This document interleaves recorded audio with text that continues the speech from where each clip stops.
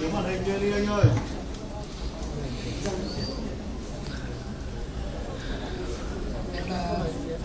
Máy này đã cắm ai đấy? Chuyển ảnh xương. Cái cáp HDMI đã cắm vào máy xương chưa?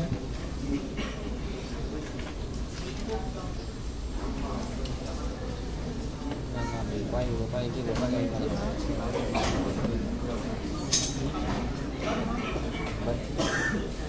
quay cái kia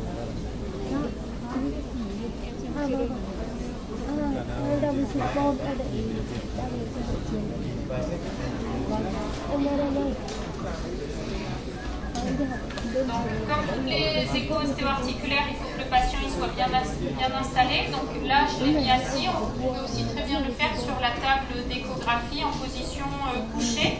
Ce qui est important, c'est que vous soyez au niveau du pied du patient. Du pied, en fait. Để mà đánh giá cái bệnh lý mu tông ấy, thì đầu tiên là chúng ta phải cho bệnh nhân để ở cái tư thế chân mà các bạn vừa nhìn thấy đấy, tức là tư thế chân bệnh nhân hơi duỗi ra về phía trước. Et ça sera la même position et la même installation pour l'échographie de la cheville. Và cái tư thế này thì cũng là cái tư thế mà để áp dụng cho cái siêu âm khớp cổ chân ấy. Donc pour l'échographie du névrome de Morton, on commence toujours par rechercher s'il y a un épanchement dans les articulations. Donc je positionne ma sonde sur le dessus du pied. Là je suis au niveau des articulations et je vais regarder s'il y a un épanchement. Ça fait les diagnostics différentiels en fait. Cái việc mà đầu tiên chúng ta phải đánh giá thì chúng ta để một cái đầu giò theo cái trục sagittal ấy, trục dọc ấy, để xem là liệu có cái tràn dịch trong ổ khớp hay là không. Une fois que j'ai regardé s'il y avait un épanchement intra-articulaire, je vais donc aller explorer mon espace intercapito-métatarsien et c'est là où je vais appuyer avec mon pouce sous le pied. Thì chúng ta sẽ tiếp theo là chúng ta sẽ đánh giá cái khoang bàn ngón đấy. Lúc bàn ngón thì chúng ta sẽ dùng cái ngón tay cái của cái tay bên đối diện thì chúng ta ấn để cho nó ấn lên phía trên, ấn ngược từ gan bàn chân lên phía trên.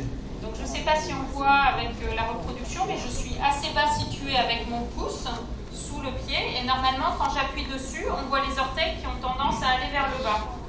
Đấy thì chúng ta thấy là khi mà ấn lên thì là cái ngón chân nó sẽ bị hướng xuống phía dưới, đúng không ạ? Nhưng mà đấy, cái ngón đầu ngón chân sẽ bị hướng xuống phía dưới, ấn dần xuống phía dưới. Donc une fois que c'est comme ça, je me positionne et je vais dans mon espace intercapito-métatarsien.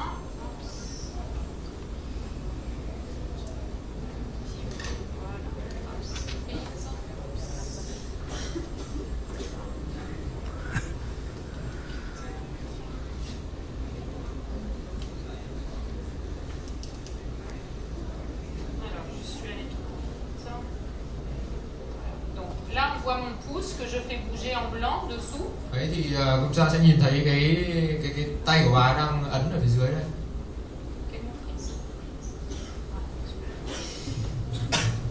Donc,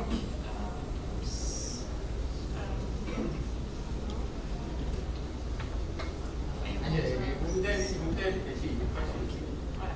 Donc là, il y a mon pouce que j'ai fait bouger. Đấy là cái ngón tay cái của bà này ở phía dưới. Et donc là, il y a toute l'épaisseur de mon espace intercapito-métatarsien. Thì đây là cái khoang gian đốt bàn đúng không? Et si jamais il y a un névrome de Morton, eh ben on va avoir une grosse boule noire qui va venir combler cet espace-là. Thì nếu là trường hợp chúng ta có một cái tổn thương móc tông ấy, thì chúng ta sẽ thấy là nó sẽ có cái hình ảnh một cái ổ giảm âm ở vị trí này. Donc dans cette position-là, le nerf à l'état normal, il est très difficile à individualiser.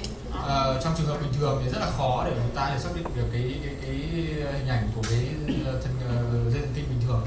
Donc si je veux faire la star, je peux vous dire qu'il passe ici, mais en vrai, on ne le voit pas vraiment et ça sert à rien d'aller le chercher. Đấy thì ví dụ như là để mà nói thì có thể bảo cũng có thể ở đây, tuy nhiên là nó chưa chắc đã đúng. Đấy, cho nên là ở bình thường thì rất là khó để mà đánh giá. Chúng ta chỉ thấy được khi mà nó bất thường. Quand je me repositionne, on voit mon doigt que je fais bouger. Đấy thì bà biểu diễn lại thôi thì thấy chúng ta thấy là ấn ở phía dưới cái gan chân ấn lên, đúng không ạ? Thấy là cái vùng này nó sẽ trồi lên phía trên, chúng ta sẽ quan sát rõ hơn. Chúng ta siêu âm từ phía gan chân mu chân xuống. Et c'est important de balayer tout l'espace, donc je vais petit à petit incliner ma sonde d'un côté pour avoir l'articulation métatarso-phalangienne. Chúng ta có thể là hơi nghiêng cái đầu giò trên màn hình, chúng ta thấy nó nghiêng cái màn hình để đánh giá các cái khớp bàn ngón. Ensuite, je vais passer par l'endroit où j'ai mon espace intercapito-métatarsien et l'endroit où j'ai mon pouce, et puis je vais aller jusqu'à l'autre articulation métatarso-phalangienne. Nghiêng sang hai bên thôi, đúng không? Lúc đấy là bà nghiêng sang một ngón này, xong rồi dần dần bà đi ra giữa để đánh giá cái khoang gian đốt bàn, đúng không? Sau đó thì bà lại sang bên phải bên trái đánh giá cái khớp bàn ngón hai bên. D'aller d'une articulation à l'autre. D'aller d'une articulation à l'autre, ça permet d'être sûr qu'on est bien centré, qu'on est au bon endroit et qu'on explore tout l'espace. Đấy thì cái việc mà chúng ta di cái đầu giò từ bên phải qua bên trái thì để đánh giá thì chúng ta chắc chắn là chúng ta đã nằm ở chính giữa của cái giữa hai cái đốt bàn ngón. Et donc là, le nerf, quand même, on le voit, il est ici. Đấy, có thể là bà bảo là khả năng có thể là cái dây thần kinh ở đây, tuy nhiên là cái điều đấy nó không quan trọng lắm, đúng không? Voilà. Donc c'est vraiment facile, enfin c'est facile. Il faut un peu d'expérience quand même, il ne faut pas hésiter à bien appuyer dessous. Moi, de temps en temps aussi, je cale mon coude contre ma hanche pour pouvoir avoir plus de force dans tout mon avant-bras. Cái kỹ thuật của bà là bà hay để cái bàn tay, cái khuỷu nó vào sát thân người này thì nó sẽ có cái lực để ấn phía trước. Pour pousser, parce que quand on en fait qu'une, ça va, et puis au bout de la 10e, on a un peu mal au bras, ça dépend si. Est-ce qu'on peut faire un plan plantaire? Alors, par voie plantaire, alors il y a certaines personnes qui explorent les névromes de Morton par voie plantaire en fait. Đấy thì les tôi hỏi là explorent chúng ta par làm ở cái mặt gan chân không thì bà cũng có thể làm được. Donc on va se retrouver, c'est pareil, hein, je positionne ma sonde sur le dessous, bien verticale, au niveau de mon espace, et je vais essayer d'aller l'explorer. Le problème c'est que quand j'appuie, hop, donc voilà, j'ai mon articulation métatarso-phalangienne, et là je suis au niveau de mon espace, et j'ai beaucoup plus de mal à aller explorer mon espace, j'ai beaucoup moins de force pour comprimer l'espace. Thì bà bảo là cũng theo kỹ thuật thì tương tự chúng ta sẽ làm gì xuống phía dưới và chúng ta ấn ở phía trên xuống. Tuy nhiên là bà bảo là theo kinh nghiệm của bà thì bà thấy là nó khó hơn, khó triển khai hơn. Có lẽ là theo cái thói quen.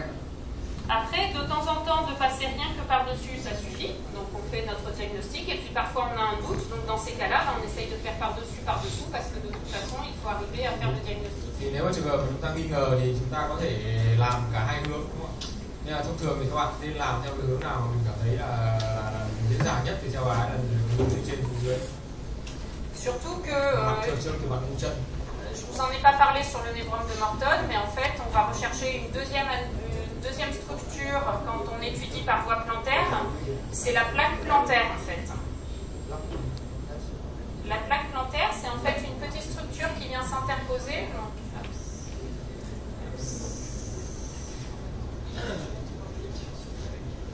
Voilà. Donc sur cette coupe, en fait, là, je suis par voie plantaire. Là, j'ai le tendon fléchisseur. Là, j'ai la tête métatarsienne. En droite, j'ai le cartilage. Pardon. Oui. Là, j'ai fait une coupe par voie plantaire sous la tête métatarsienne, en fait. Avec le tendon fléchisseur qu'on voit à cet endroit-là. Tu peux traduire, en fait, en même temps. Đây là bà đang làm về cái ở cái hướng mà mặt gan chân hướng lên thì chúng ta sẽ thấy đây là cái đầu gần của cái xương của cái khớp bàn ngón này, thì ở phía trên này nó chính là cái hệ thống gân gấp. Voilà, donc là il y a la tête métatarsienne, en noir c'est le cartilage de la tête. Đây là cái đầu gần của cái khớp bàn ngón của cái xương bàn ngón, đúng không? Đây là cái cartilage, cái xúc. Et entre la tête métatarsienne et le tendon fléchisseur, on voit qu'il y a une structure hypoécogène qu'on appelle une plaque plantaire. Thì đây là đây chính là cái gân của cái cấu trúc gân gấp này, của cái bàn chân. Thì ở đây nó gọi là cái cấu trúc tiếng Pháp nó gọi là plaque plantaire. Thì tôi chưa biết dịch là cái gì cả. Cấu trúc nằm giữa cái khối gân gấp và cái xúc. C'est une espèce de petite structure fibreuse qui évite que le tendon fléchisseur vienne frotter contre la tête à chaque fois qu'on fléchit l'orteil. Cái cấu trúc này thì có thể các bạn về các bạn tra, nó nằm ở giữa cái gân gấp và cái xúc khớp, và nó là hệ thống xơ, hãm giữ gân, và có thể ra thì dịch là hãm giữ gân. Thì nó là cái cấu trúc xơ và nó làm đảm bảo cho cái chuyện là cái gân này nó có thể là trượt trên cái đầu của cái đốt bàn ngón. Et parfois, cette plaque plantaire, elle se rompt. Donc, quand on recherche un névrome de Morton, il faut toujours analyser la plaque plantaire pour savoir si elle est rompue, parce que la prise en charge chirurgicale n'est pas la même. Đấy thì cái hãm này nó có cái nó trong số trường hợp nó có thể bị rách ra và chúng ta khi mà chúng ta đánh giá cái tổn thương móc tông ấy, thì chúng ta cũng phải nên đánh giá cả cái hãm này. Vì trong một số trường hợp nó bị rách và nó gây ra cái nó cần phải phẫu thuật. Comme le poulie. Pas tout à fait, parce que la poulie, ça maintenait le tendon proche du doigt, alors que là, c'est un espèce de coussin qui s'interpose entre l'os et le tendon, pour pas que ça frotte l'un avec l'autre. Tôi hỏi là nó có hơi giống cái poulie ngày hôm qua chúng ta học không, nhưng mà tuy nhiên là cái poulie thì các bạn biết là nó sẽ giữ cho cái gân này nó sát xương, cái này nó nằm là cấu trúc này nằm giữa xương và gân, nó hơi khác một tí. Donc les explorations, elles se font forcément par voie plantaire et par voie dorsale. Mais moi, je vous conseille plutôt d'apprendre à rechercher les névromes de Morton dans cette position-là. Hop, đấy thì bạn nói nhắc lại là để mà đánh giá cái tổn thương móc tông ấy thì và chúng ta sẽ vẫn là đi hướng từ ngoặt mu chân xuống, đúng không? Ngón tay cái thì ấn từ phía gan chân lên và chúng ta xác định là nó nằm ở giữa hai cái khoang bàn ngón đấy. Comme ça qu'on sera que vous serez le plus sensible sur le diagnostic et le plus spécifique aussi en appuyant. Tac, il y a des questions sur le Morton? Đấy thì có ai có hỏi gì không? Về cái đánh giá lý móc tông.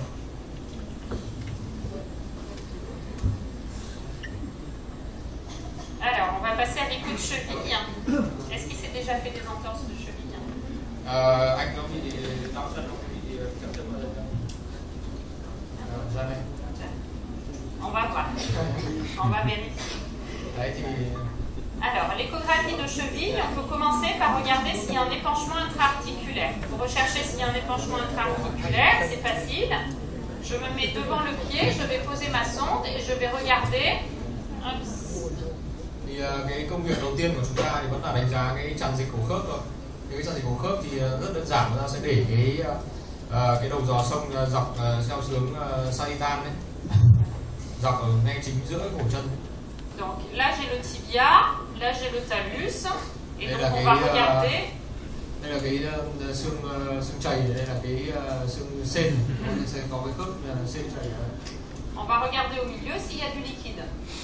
Comme on est dans la position où le pied il est vers le haut, le liquide il a tendance à tomber en arrière du pied. Et donc pour essayer de sensibiliser la manœuvre, on va essayer de mobiliser l'épanchement qui est à l'intérieur de l'articulation en faisant une dorsiflexion du pied. Đấy thì khi mà chúng ta để cái chân nó hơi duỗi ra, đúng không? Thì là cái cấu trúc dịch nó sẽ hơi đi xuống, nó sẽ bị rơi xuống, trôi xuống phía đằng sau. Thì khi mà làm chúng ta có thể làm cái phát động, nó đẩy cái chân của bệnh nhân co lại một chút.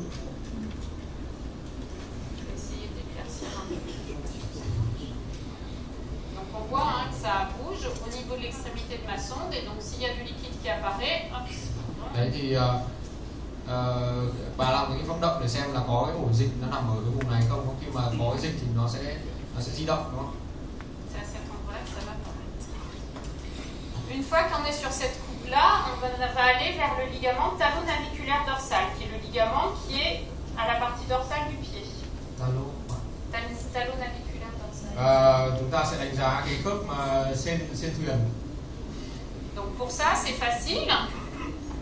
Xin lỗi, cái dây chằng sen thuyền. Donc je suis sur le talus. Hop, je vais aller vers le premier interligne articulaire et je sais. Chúng ta sẽ vào cái xương sen này, đúng không? Xương sen này. Et je sais que j'arrive au niveau du ligament. Alors le ligament. Est-ce qu'on peut monter la focale?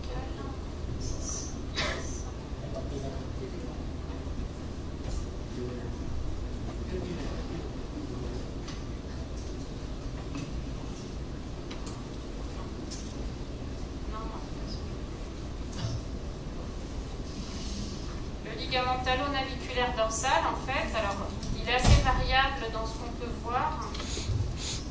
En fait, il est là, on ne le voit pas très bien ici. On le voit mieux quand je bouge, en fait. Đây thì chúng ta sẽ đầu tiên tôi thấy là bà ấy xác định cái xương sên đúng không? Xong bà ấy sẽ di chuyển xuống phía dưới để thấy cái khớp sên thuyền và cái dây chằng này sẽ rất là On le voit un petit peu mieux là. Hop. Il est là, on voit une structure blanche qui passe. Đây cái dây chằng nó rất là nhỏ này, nó nằm nối giữa cái xương sên và xương thuyền. Alors ça peut paraître difficile, surtout que là c'est la reproduction à l'écran de ce qui se passe. En pratique, quand le ligament il est cassé, c'est facile, hein, ça devient tout noir, c'est tout gros, c'est tout inflammatoire, donc on se pose pas de questions. Đấy thì bà nói là bình thường thì nó sẽ rất là khó đánh giá đúng không? Nhưng mà ở những trường hợp bệnh lý thì cái dây chằng này nó sẽ bị nó sẽ to lên, nó giảm âm và nó có thể là nó có cái bất thường ở xung quanh. Donc c'est un ligament qui n'est pas très difficile à chercher. Je suis sur mon articulation, je descends un petit peu vers le bas et puis je vais balayer de droite à gauche mon interligne articulaire jusqu'à tomber sur mon ligament talonaviculaire. Đấy thì cái khơi này cũng không có khó khăn lắm, bà bảo là chúng ta sẽ đi vào từ cái lát cắt và đi qua cái ổ khớp đúng không ạ? Sau đó chúng ta sẽ đi xuống di cái đầu sông xuống phía dưới đến ngay cái ổ cái đoạn khớp đầu tiên, nó chính là cái quang khớp giữa xương sên và xương thuyền này, thì chúng ta sẽ di động một chút, chúng ta sẽ thấy cái giải giữa nối giữa xương sên và xương thuyền, chính là cái dây chằng sên thuyền. Ensuite, on va regarder les ligaments au niveau du bord externe du pied. Donc, pour ça, j'ai besoin de mettre le pied en petite rotation interne. Tiếp theo nó sẽ đánh giá các cái cấu trúc gân nó nằm ở phía khoang ngoài của cổ chân ấy, thì chúng ta phải xoay cái chân bệnh nhân ra phía trong thì xoay cho bệnh nhân cổ chân xoay trong.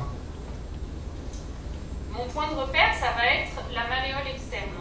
Donc, je vais mettre une partie de la sonde sur la malléole externe. Et en fait, je vais l'incliner de 45 degrés vers le haut. Chúng ta đầu tiên các bà sẽ xuất phát từ cái mắt cá ngoài, bà sẽ nghiêng cái đầu giò nó khoảng 45 độ lên phía trên.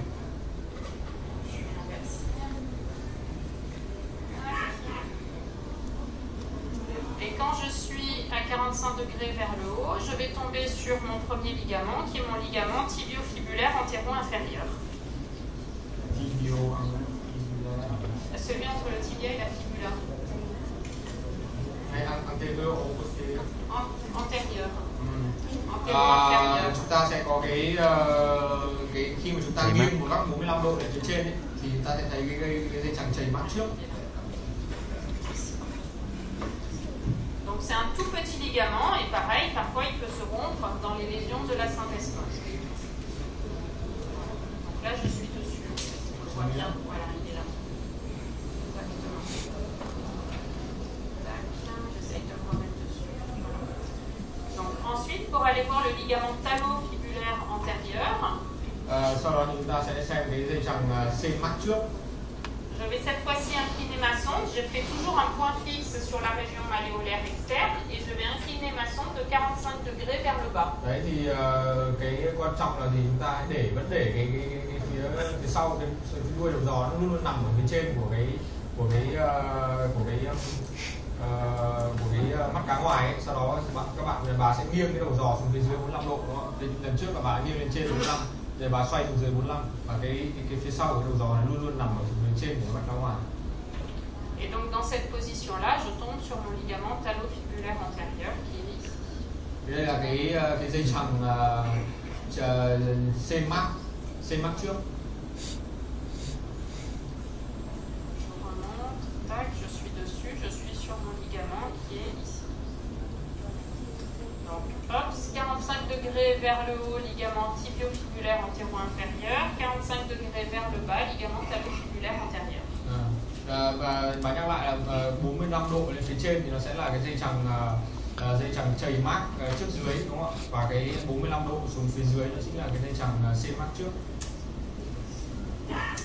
Ensuite, on va aller rechercher le ligament calcanéo-fibulaire. Donc, le ligament calcanéo-fibulaire. Tiếp theo chúng ta sẽ đánh giá cái dây chằng gót mát. C'est celui qui passe en arrière des tendons fibulaires. Donc, déjà, en premier lieu, il va falloir repérer les tendons fibulaires. Cái này nó sẽ đi ở phía dưới của cái gân mát đúng không? Nên là chúng ta sẽ phải xác định cái gân mát ở đâu. Les tendons fibulaires, il faut aller les chercher assez haut, hein, on peut aller remonter assez haut. Et c'est les deux tendons qui vont passer dans la région rétromalléolaire avec le court fibulaire, toujours le plus près de l'os, et le long fibulaire. Đấy, chúng ta sẽ thấy là chúng ta phải tìm cái gân mắc ấy, thì phải tìm bắt đầu từ trên cao xuống, từ trên cao đến đi xuống, và chúng ta sẽ thấy là nó sẽ nằm ở phía đằng sau của cái mắt cá ngoài ấy. Chúng ta sẽ thấy có hai cái gân xuất hiện đúng không ạ? Và cái gân mà gân mắt ngắn ấy, nó sẽ nằm sát xương hơn cái ông mắt dài nữa. Et les tendons fibulaires, donc je vais pouvoir les suivre de la région rétromalléolaire. Je sais qu'ils viennent s'insérer par ici, donc je vais rester toujours perpendiculaire à mes structures. Đấy, chúng ta sẽ tìm cái gân mác ấy, ở phía đằng sau của cái mắt cá ngoài. Chúng ta sẽ đi vuông góc, cái đầu giò luôn đi vuông góc. Je tourne autour de la malléole, je vois le court fibulaire, le long fibulaire. Đấy, je vais les suivre. Bà sẽ thấy là có hai cái gân này, bà sẽ đi dần đi theo đúng không? Theo cái hướng giải phẫu thôi, nó sẽ hơi hướng check ra phía mặt trước. Donc je les suis au bord latéral du pied, avec petit à petit le court fibulaire qui va venir s'insérer sur la base du 5e métatarsien. Thế thì cái gân đầu ngắn thì nó sẽ đi vào bám vào cái bờ dưới của cái đốt số 5, cái bàn ngón 5.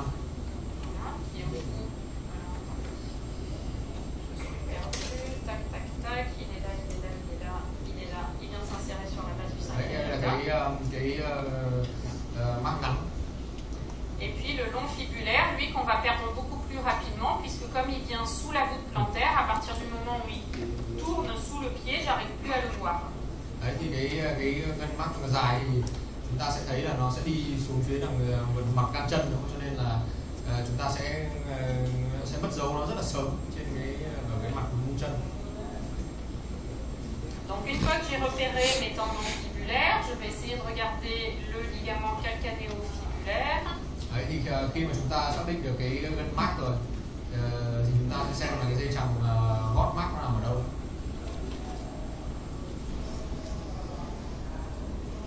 Et mon ligament calcanéo-fibulaire, c'est cette petite structure qui est hypoécogène, qu'on retrouve sous les tendons fibulaires, ici.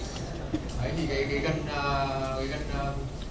mác gót thì nó là cái cấu trúc mà nó hơi giảm âm, nó ở phía đằng dưới của cái dây chằng mác, của cái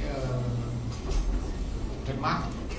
Donc je sais que c'est lui parce que j'ai mes tendons fibulaires qui sont là et le tendon calcanéo-fibulaire il passe sous les fibulaires et il vient s'insérer sur le calcanéum. Donc là je vois la zone d'insertion du ligament sur le calcanéum. Cái này là nó sẽ bám vào đây nó nằm ở phía dưới của cái bó gân mác này, và cái đầu bám tận của nó thì vào cái xương gót. Par contre, sa zone d'insertion, sa deuxième zone d'insertion, c'est au niveau de la pointe de la malléole externe, et ça, j'arrive rarement à le dégager. Cái đầu mà bám vào cái mắt cá ngoài thì rất là khó để mà xác định được. Donc parfois, on peut essayer d'appuyer un petit peu, je ne sais pas si ça se voit, mais quand j'appuie sur le pied, hop, j'arrive à décoller le ligament calcanéo-fibulaire du calcanéum. Est-ce que vous voyez ou pas? Đấy thì bà sẽ ấn vào cái đầu vào cái bàn chân một tí để cố gắng là làm sao mà đánh giá cái sự di động của cái dây chằng gót mác. Các bạn nhìn thấy là nó có bị di động đúng không? Donc quand on le décolle, ça veut dire que le ligament il est fonctionnel. Đấy thì khi mà chúng ta làm cái tác động đấy thì chúng ta đảm bảo là cái dây chằng nó vẫn hoạt động bình thường. Ensuite, on peut regarder le ligament bifurqué. Le ligament bifurqué, la position, c'est de repérer la corticale latérale du calcanéum avec la cible horizontale. Dây chằng tiếp theo ta sẽ đánh giá cái dây chằng hai đầu với một đầu bám vào xương chuyền, một đầu vào xương hộp. J'avance petit à petit jusqu'à mon premier interligne articulaire et je tombe sur le ligament bifurqué qui est ici. Đấy thì chúng ta sẽ đi từ cái xương gót này, chúng ta sẽ bờ ngoài đến mặt ngoài thì bà sẽ đi xuống dọc phía dưới, và ngay ở cái vị trí khớp đầu tiên ấy, chúng ta sẽ nhìn thấy cái dây chằng nó sẽ bám từ xương gót sang đến cái xương hộp. C'est vraiment un ligament qui est tout fin mais qui est très facile une fois qu'on a compris. Latéralement, je repère ma corticale du calcanéum, j'avance, première interligne articulaire. Đấy, thì bà sẽ thấy chúng ta sẽ đi từ cái xương gót này, di động ở phía trước này. Và ngay ở cái vị trí mà cái khớp đầu tiên ấy, thì nó chính là cái phía trên của cái khớp đầu tiên, nó chính là cái dây chằng. Donc on a regardé tout ce qu'on voulait au niveau du compartiment externe, on a regardé à la partie dorsale du pied. Maintenant, il va falloir Est-ce que regarder. vous pouvez résumer Oui, je peux résumer. Ça fait beaucoup d'informations. Đấy thì tôi yêu cầu bà ấy là đề nghị bà là có thể tổng hợp lại một chút được không? Ra rất là nhiều bước quên mất. En pratique, moi je commence par le ligament tibiofibulaire antéro-inférieur. Donc, le Đấy, thì đầu ligament de tiên la chúng ta sẽ syndesmose. check 45 độ đầu giò, đánh giá cái dây chằng chảy mát trên dưới, đúng không ạ? Đây là bước số 1. Désolée. Donc, point fixe sur la malléole, hop, 45 degrés d'inclinaison vers le haut. Ok. Ensuite, point fixe sur la malléole, 45 degrés Đấy, d'inclinaison thì vers le bas. vẫn để đầu giò phía trên của cái mắt cá ngoài xoay xuống dưới 45 độ để đánh giá cái dây mát trước. Talon fibulaire antérieur. Đấy, dây chằng dây mát trước, đúng không ạ? 45 độ phía trên, 45 độ phía dưới là bước số 2. Ensuite, je repère mes tendons fibulaires, je les suis du début jusqu'à la fin. Tiếp theo chúng ta sẽ đánh giá cái gân mát, đúng không ạ? Gân mát có hai gân dài, gân ngắn, là bước số 3. Et ensuite, je reviens en arrière pour repérer le ligament calcanéo-fibulaire qui est à hauteur du calcanéum, de la malléole Bước externe. số 4 là chúng ta sẽ đánh giá cái cấu trúc dây chằng mát gót, đúng không? Mát gót nó nằm ở phía sau của cái hệ thống của cái gân mát. Đây là bước số 4. Ensuite, je pose ma sonde horizontale sur le calcanéum. Bước số 5 là chúng ta sẽ để cái đầu giò dọc theo cái sân thương rót, chúng ta sẽ đi tiến ra phía trước và chúng ta sẽ đánh giá cái dây chằng hai đầu này. J'avance jusqu'au niveau de mon premier interligne. Et là, je vais tomber sur mon ligament bifurqué. Đấy, dây chằng bifurqué, dây chằng hai đầu. Ensuite, je passe au niveau du dos du pied, je pose ma sonde, je regarde s'il y a un épanchement intra-articulaire. Đấy, thì quay lại thì chúng ta sẽ vẫn để cái chính giữa để đánh giá cái chằng dịch, đúng không? Éventuellement, je fais une dorsiflexion pour être sûr qu'il n'y ait pas un petit Và nhắc lại épanchement như que je là vois pas chúng ta bien. di động một chân một chút để xem là có dịch hay không. Đây là bước số 1, đúng không? Số 2 là xuống dưới đánh giá cái CQ. Je continue à descendre. J'ai mon talus, mes contours du talus. Première interligne que je vois, je vais tomber sur le ligament talonaviculaire dorsal. Et ensuite, on va tomber au niveau du compartiment interne. Donc, on va mettre le pied en rotation externe. Tiếp theo là chúng ta sẽ đánh giá cái khoang phía trong. Thì khi đó thì chúng ta sẽ xoay chân bệnh nhân ra phía ngoài để cho chân bệnh nhân xoay ngoài.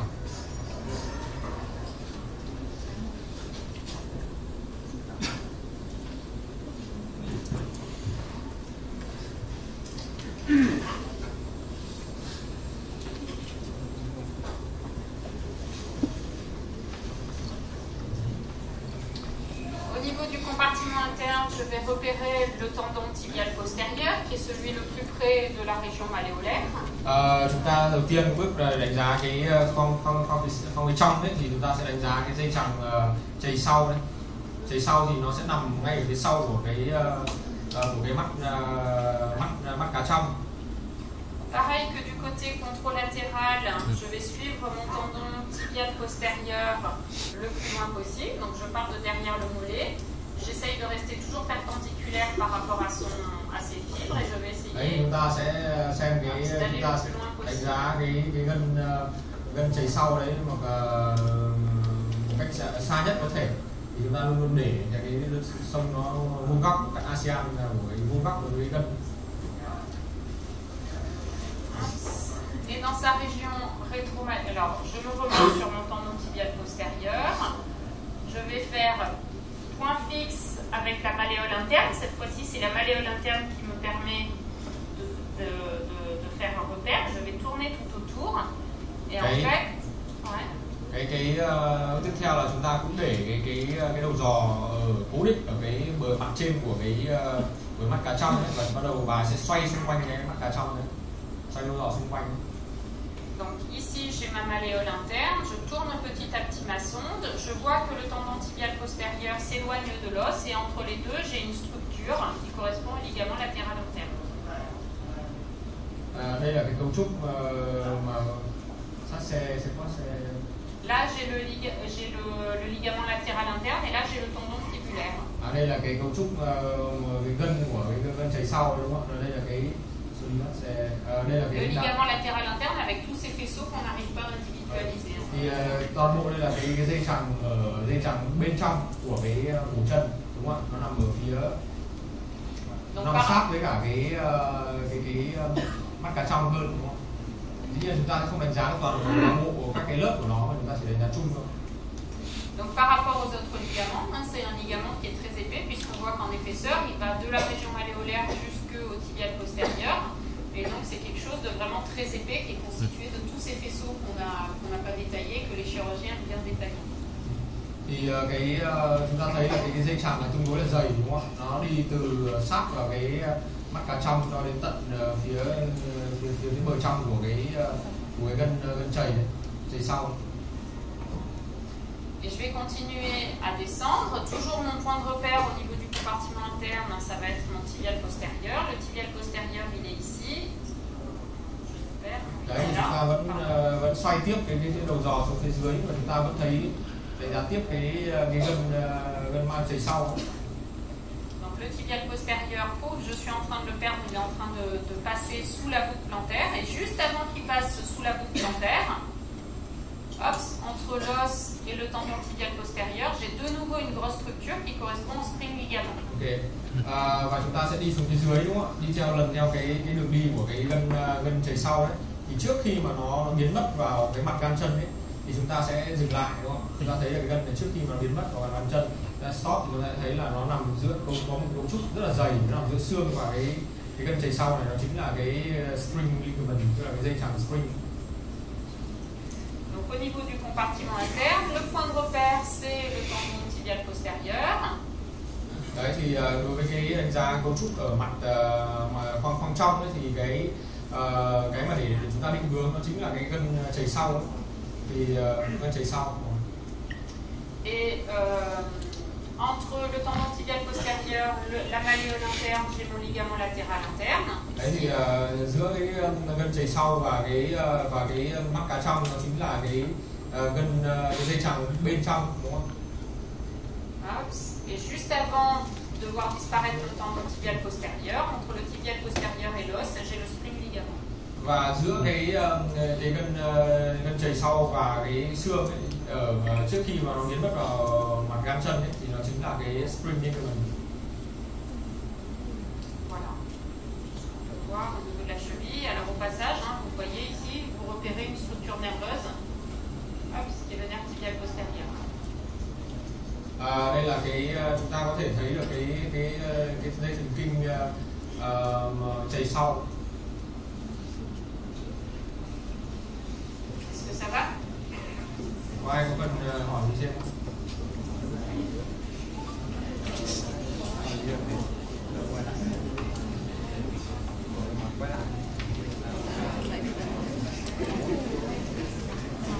Ça va aller? On va passer à l'entraînement. On va essayer de se répartir en petits groupes, de faire venir les